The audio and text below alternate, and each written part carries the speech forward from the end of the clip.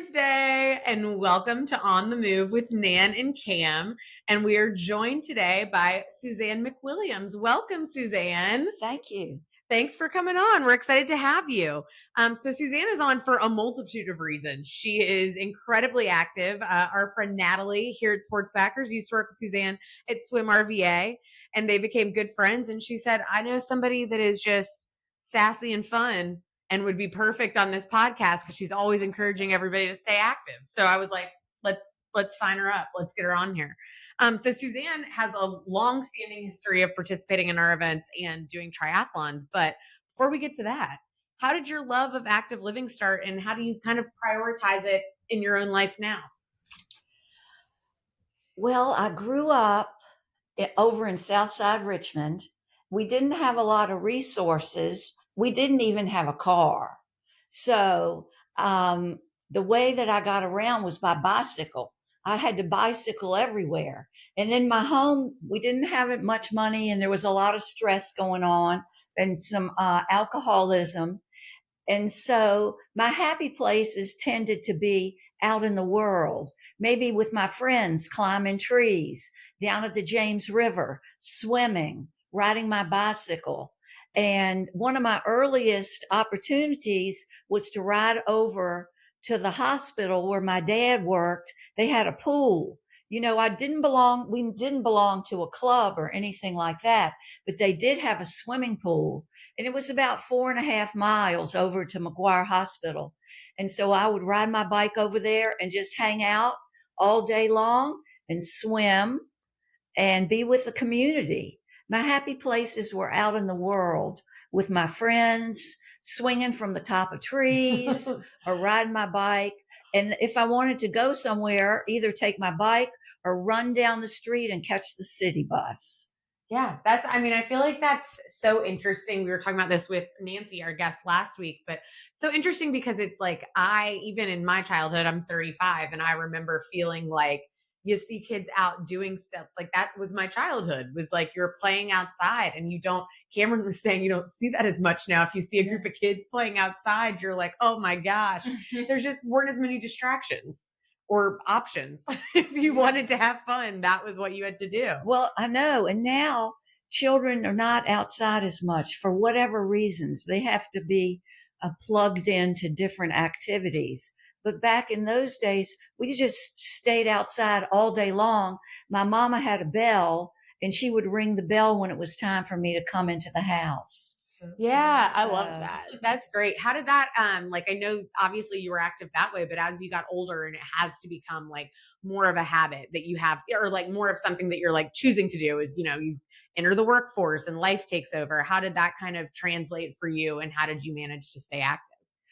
Well, I always loved teams. Like in high school, I'd never traveled anywhere, but in high school and college, different teams, like our hockey team, we went to Pennsylvania, and the coaches from England worked with us. We'd do that in the summer. So I started to travel, but I was always on different teams. The same thing, I was in a little group at church, the youth group.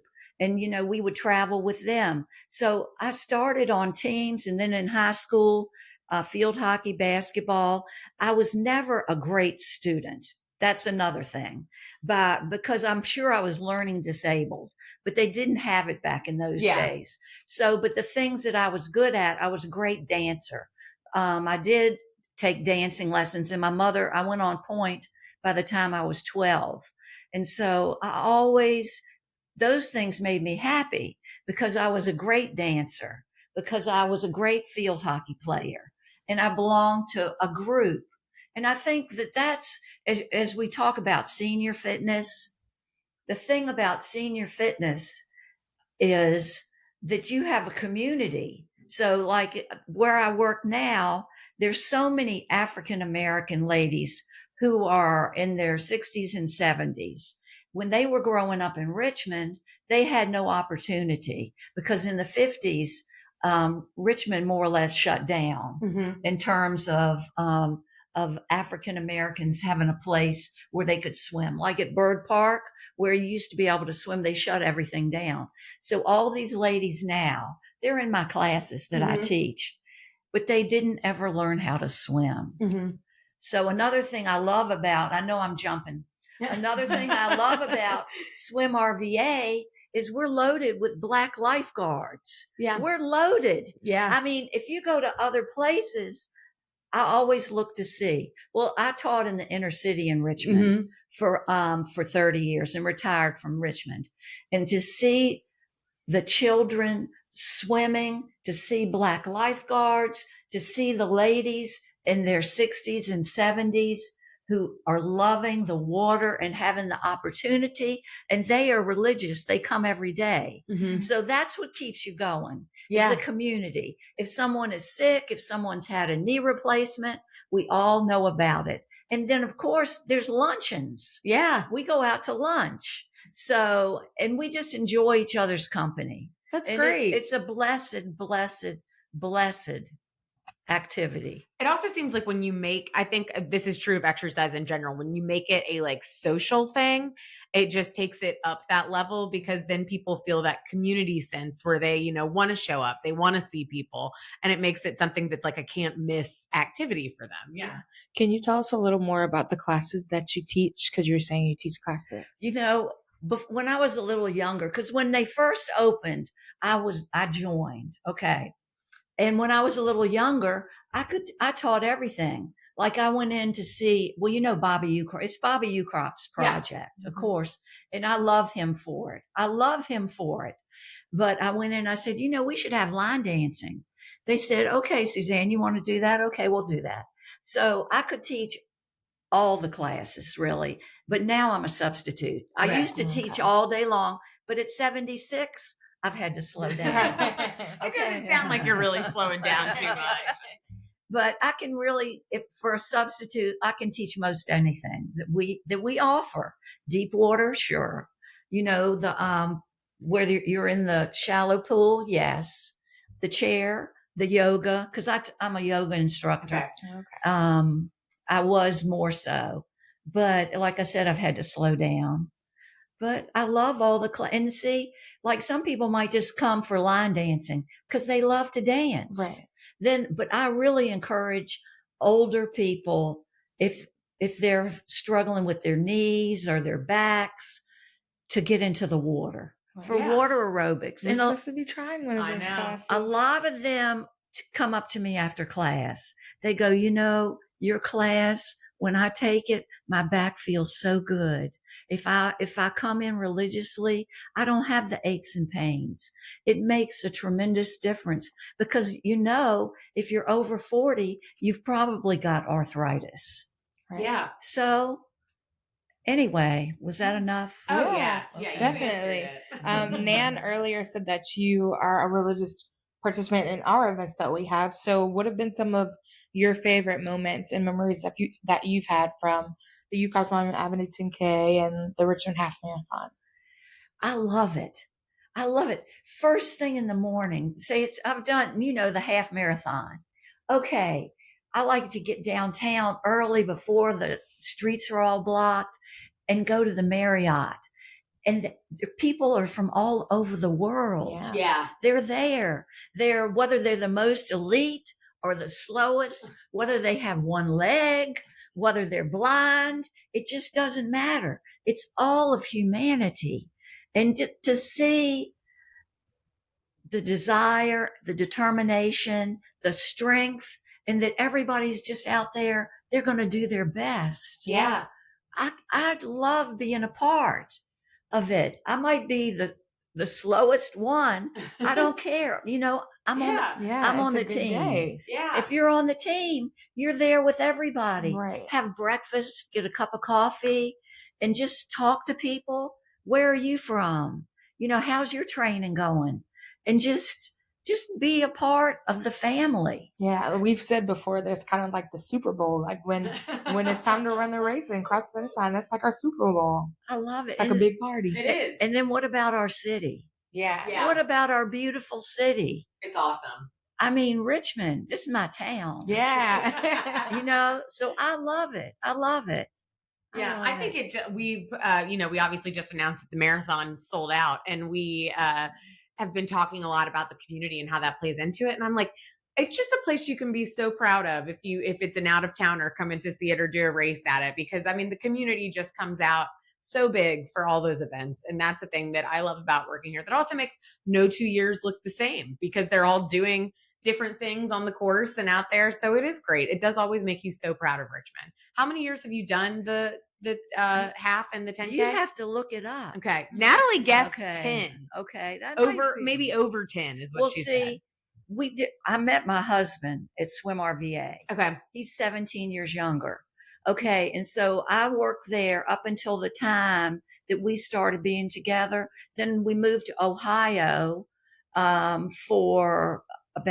we went to California and then Ohio for about 5 years. Okay. So, but I think I might have done it virtually. Yep. And when I was in Ohio. And then I would try to come back and do it. One year I was struggling with an injury, but I know that I always want to do it. I told my physical therapist this morning, because they're working on all this. I said, now look, I know I'm going to Australia. I know I'm going to be on Team USA, but I want to start getting ready for the half marathon. Because I always thinking to the next. Strengthen the back of my body. See, when you strengthen your hips, it takes all the stress off of your knees. That's nice. So the physical therapy has been so valuable. So should I tell you? It's called active recovery. Okay. Active recovery. And I got to do it. As you age, you just have issues you have to deal with. Yeah.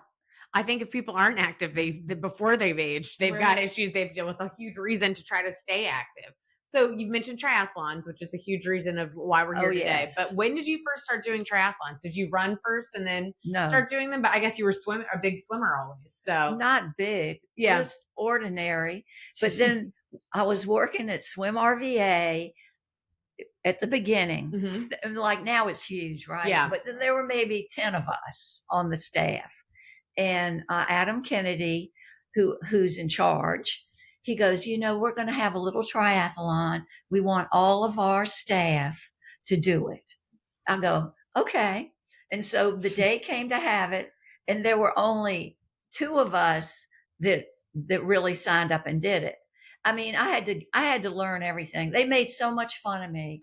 Like when I would come, I had this old bike, and people would go, you never need to worry about anyone stealing that bike. Or I'm in a race and I'm wearing my helmet and I'm starting to run. And they go, Suzanne, you have your helmet on. Hey, you're prepared. And you have it on backwards. Okay. Or, I'd be wearing a fur coat. But when I first got my little clip-ins, one of the young lifeguards, he goes, Suzanne, I'm going to go outside with you and I'm going to help you. I go, I'm going to be fine. He goes, you're going to fall. I go, no, I'm going to be fine. Well, we went out into the grass. All I did was fall and then get up and then fall and then get up. Those shoes are hard. No, but you know what?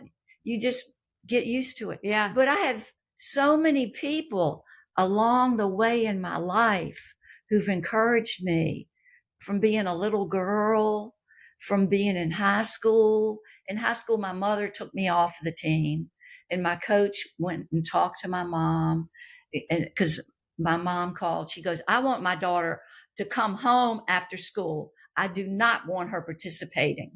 Okay. And my coach went and talked to her. I got to participate. Yeah. There were people just standing up for me. Yeah. I mean, blessing me, loving me, and encouraging me ever since I was born. Also, I think when you can see other people put that time in, it makes you feel like you're worth it. So then when it's time to fight for yourself or speak up for yourself, that makes a huge difference. Yeah. How did the opportunity to be a part of Team USA come along in Australia? See, this is wild. Yeah, it is. It's crazy. Well, as you age, in a lot of my races that I would go to, I'm first place because I'm the only one. Okay. Yeah. And then I was always qualifying. Like I've qualified to go to South Africa. I've qualified every year. I would qualify to go to nationals, but I would never go because this little voice would go, you don't want to go up there and compete against everyone in the country. You don't want to do that. These people are going to be rock stars. You don't need to do that.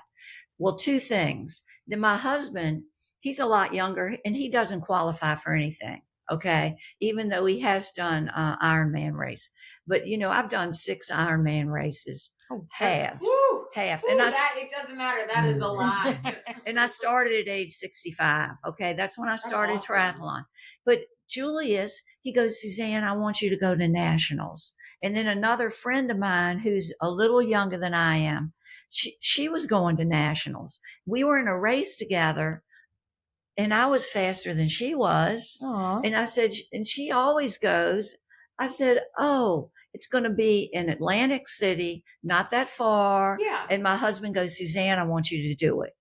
He goes, and the day of the race, he said, when you want to slow down, just remember, if you qualify, we're going to Australia.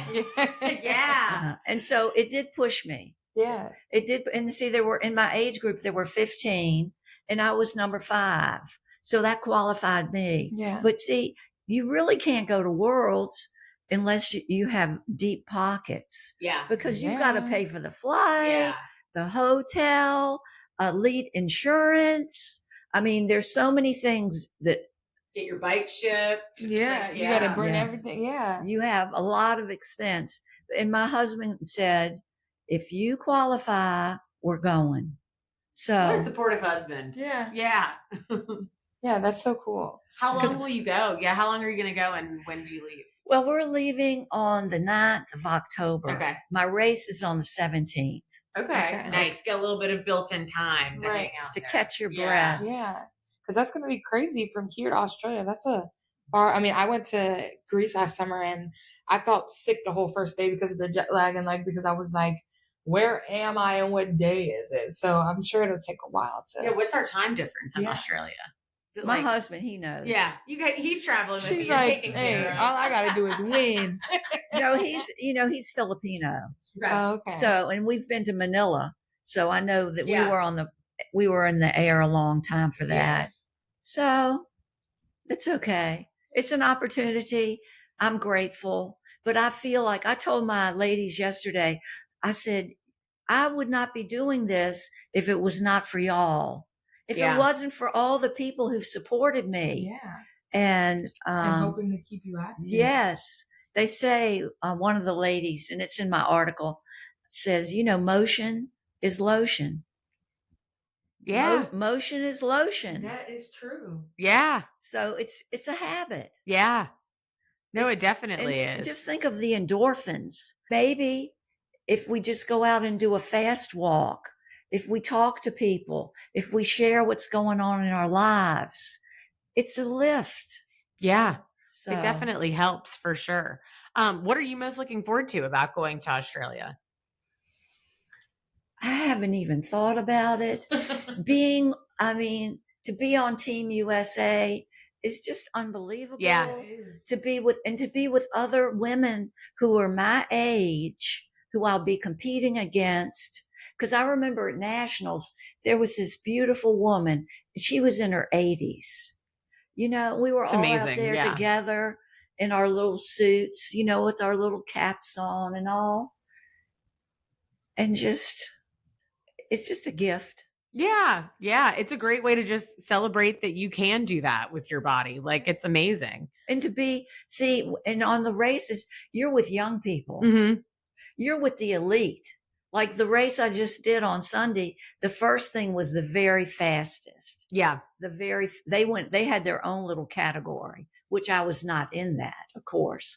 But to be with young people and people with all ages out there in nature with a goal to put one foot in front of the other. Tonight, I'm going to start going to track practice. Because, nice. Yes, because I want to get my legs to go a little faster. Yeah. I want my legs to be the best they can be. Yeah. So I have about 6 weeks to make them go a little faster. I love that. Yeah. You're just I love the goal orient. Yeah. Like, you're not much is stopping you. Right. No, it's great. What advice would you give to people that want to maintain physical fitness as they age, or maybe also not even maintain, but haven't done it and are a little bit older and are now, considering it? I hear from people all the time the stories of their physical education classes, how they were never picked for the team, Yeah. how it was never their thing. They were awkward. And now, as they're seniors, they're starting to love it Yeah. because it's an environment where you do you. Yeah. When you come to the pool, You're I your say, own this team. is your workout. Yeah. You find the pace that's right for you. If you need to adjust, if there's an exercise that you're doing that I'm giving you that doesn't feel like it's right for you today, every day is different, you're going to do you. Whether it's Yeah. just even walking in the water, that's wonderful for your balance, resisting the water. Just start with a walk. If you need to hold on to the side, fine, hold on to the side. Yeah. Just do what feels good to you. And every day when you wake up, your body can feel different. Yeah. I think people don't tend to think about it as doing incremental. Like people get in their head that it has to be like, oh, I've got to go out and do this on day one. And it's like, well, yeah, that sounds intimidating then. You could just go out and try a little bit, like you're saying. Yeah. Like this one man came up to me one day after he goes, I have to leave now because that's all I can take. He goes, but I'm going to come back and I'm going to keep trying until I can do the whole class. That is so nice. I said, you're great. Yeah. You're great. You're a champion. Yes. I tell my people all the time, you're champions for being here. Yes. You No, got totally. up this morning. You could have rolled over and gone back to sleep, but no, you got up and you came in. Yeah. That makes you a champion. Yeah. That's awesome. That is awesome. So encouragement. Yeah. No, it makes a huge difference. So you've got your race on the 17th, and how many miles is each portion of your triathlon? It's a sprint. Okay. Like I said, I've done 6 half irons. Okay. And I said to my swimming coach, I go, Jay, I qualified and for Worlds, I'm going to be doing the sprint. He goes, no. He says, you're going to be doing the sprint. He goes, I don't want to hear that. He goes, that is wonderful. Be excited. Don't look at it like, oh, I'm just doing a sprint. Right. No, you're doing the sprint in Australia. Yes. Yeah. So I have to work on my mind. Yeah. I have to work on my mind. That's why I'm reading. My physical therapist told me about the book, Elite Minds. Okay. So I'm reading that. Okay. So that I can get my head ready. Yeah. I mean, mental is just as important as physical game, if not more, because if you're not nice to yourself or in a good head place mentally, you're not going to do very well out on a course when stuff gets tough. Yeah. That's very true. It can be more important. Yeah. No, I totally than your agree. physicality. Yeah. Well, where can people go to find out more about Team USA? Well, anything on the website. Okay. And there are always a lot of the people who are going to Worlds, they go all over the world. Yeah. And some of the places, Ponte Vecchio, I go, Julius, where's that? Yeah. I mean, the places that they're going for competitions, but I say they probably either have great sponsors or they have deep pockets. Yeah. Yeah. No. Well, when I qualified before, I was by myself. I'm a single parent and a school teacher. And they said, oh, you qualified for South Africa.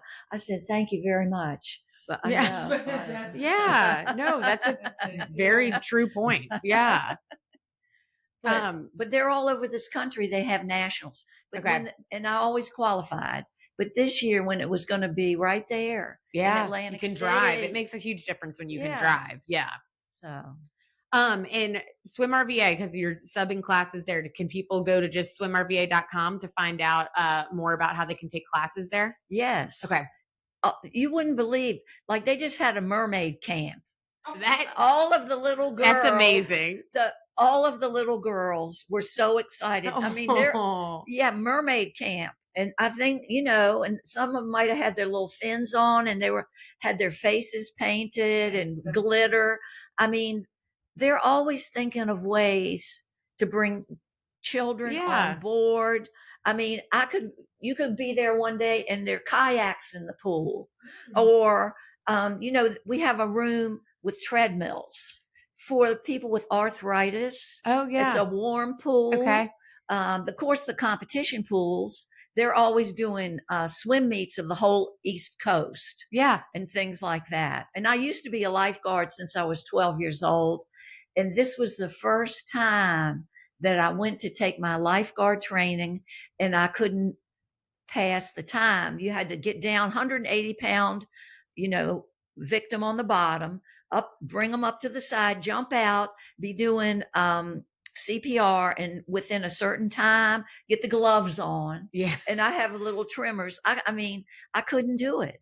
So I said, oh, I'm 76 and I'm no longer a lifeguard. Had to let it go. Yeah. Broke my heart. Yeah. I mean, I think it just sounds, you got a little bit more time now. I don't know if you got any more room on the schedule. So, failure's a part. Yeah. To get in the water, and you have to fail to get better. Like my husband, he videoed my whole swim from the race I just did. And we could see my head was too high. I was just telling Natalie. Yeah.